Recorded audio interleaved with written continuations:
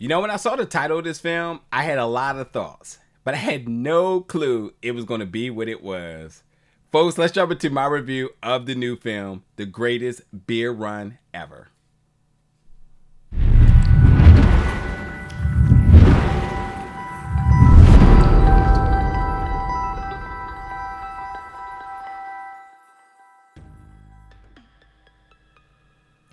What's up, everybody, and welcome back to the channel today for another review. And today we're going to be reviewing the film The Greatest Beer Run Ever, which is coming to Apple TV Plus September 30th. So when I saw this title, I honestly thought it was going to be something very satire or satirical, and something of the likes of like Beer Fest, or I don't know, just something wild, like, you know, like Step Brothers or something down that drama, down that genre, like something just completely outrageous, you know.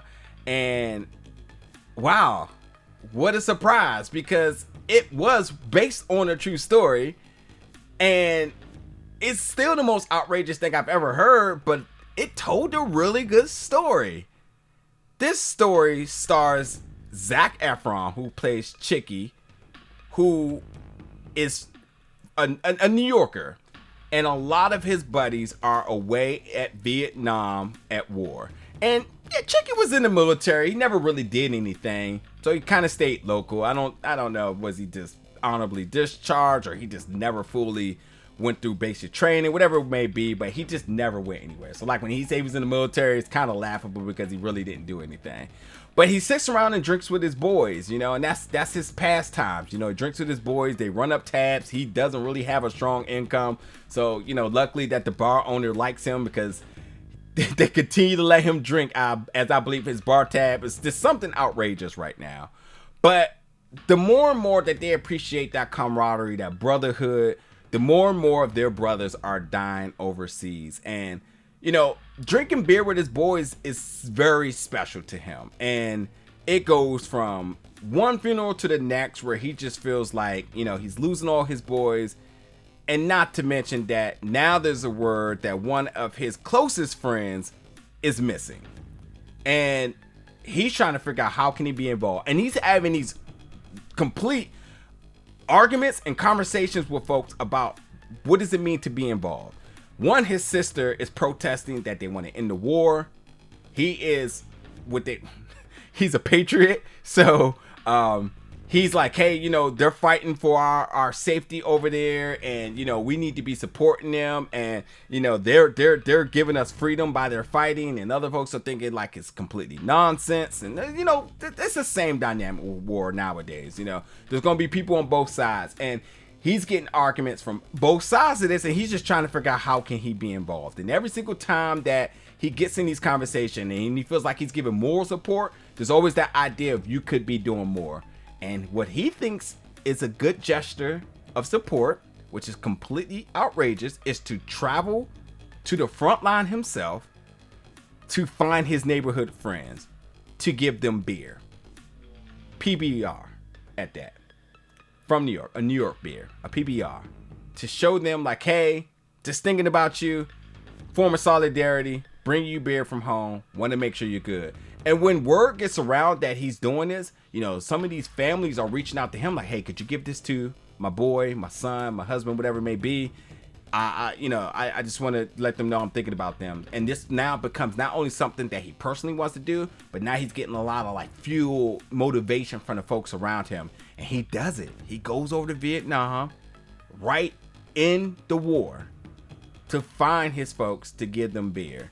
And with that, he gets exposed to the war unlike he ever imagined.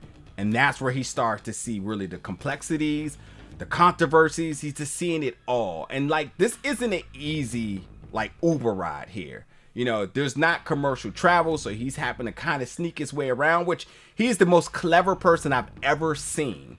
And he, from one base to the next, from the jungle to the front line, whatever, the enemy territory, he goes out there to find his guys. He's completely determined. Now, what I loved about Zac's performance here is that Chickie clearly is like a black sheep of all the other sheeps out there. He sticks out, and even when he tries to blend in, he completely sticks out. It's just the idea that he just does not belong. And he doesn't even try to make it like he belongs. So even when he's sitting there and trying to meet up with his friends and then their superiors are right there, he's just kind of like, yeah, I'm here to bring you a beer. And everybody's like, are you serious? He's like, yeah, I just thought it was a good idea, you know? And I think he plays that role so good to just show how naive he is to everything that's around him.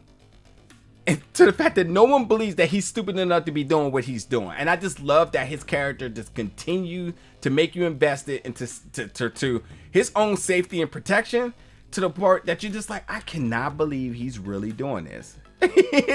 every 15 to 20 minutes, you're going to be like, I cannot believe he's really doing this. And one way or another, he just sticks out from any bit of normacy, you know, even when he's actually on the front line, bullets flying over his head. Everybody's like, who is that guy? And he's just there in a quarter, you know?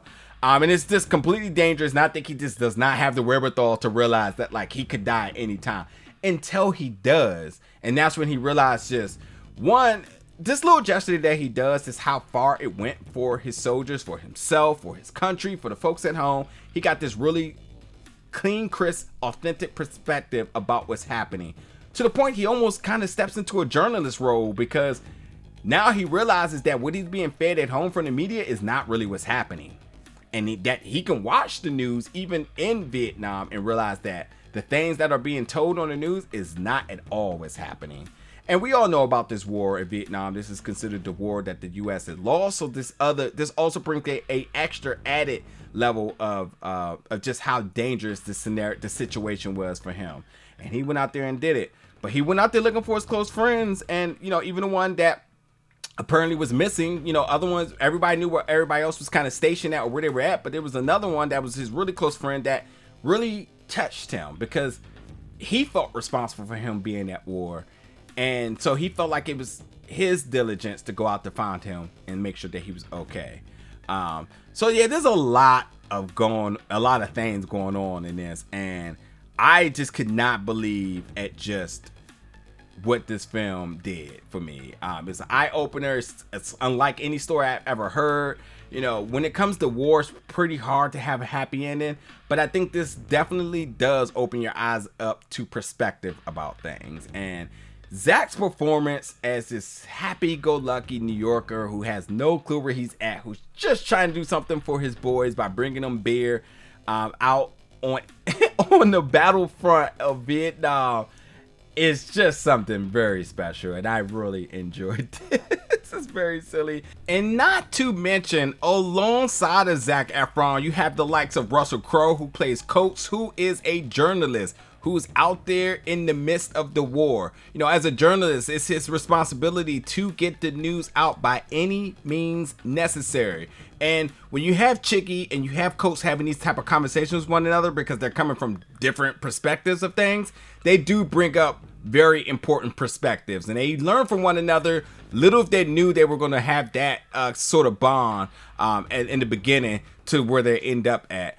So it's interesting to really have that character. Russell did a fantastic job, especially with all of the jokiness with Chickie. You know, Coates bring that seriousness to what's happening with war, and also, you know, again, sheds a light into the perspective of what media do by any means necessary to get the news for us to consume. And whether it's reported correctly or not, you know, that's where the conversation and the dynamic comes between the two of them. You also have Bill Murray in this as well as the Colonel.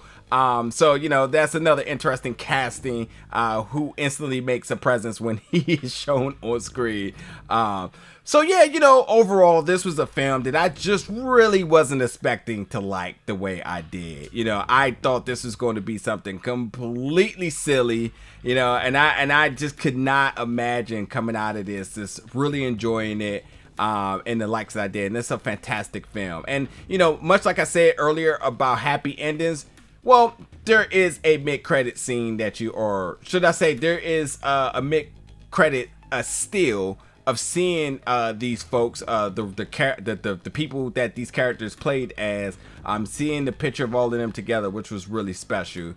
You know, and the real folks that this film is inspired by and based on, and having that at the end just kind of puts a smile on your face, knowing that, man, these crazy folks really did this. this guy Chickie, this real guy really went out there and did this, and for him to have that moment with his buddies, I thought was really dope. So yeah, check it out. Apple TV Plus, September 30th. Jump in the comments, folks, and let me know your thoughts about it. And as always, stay tuned for more reviews very soon.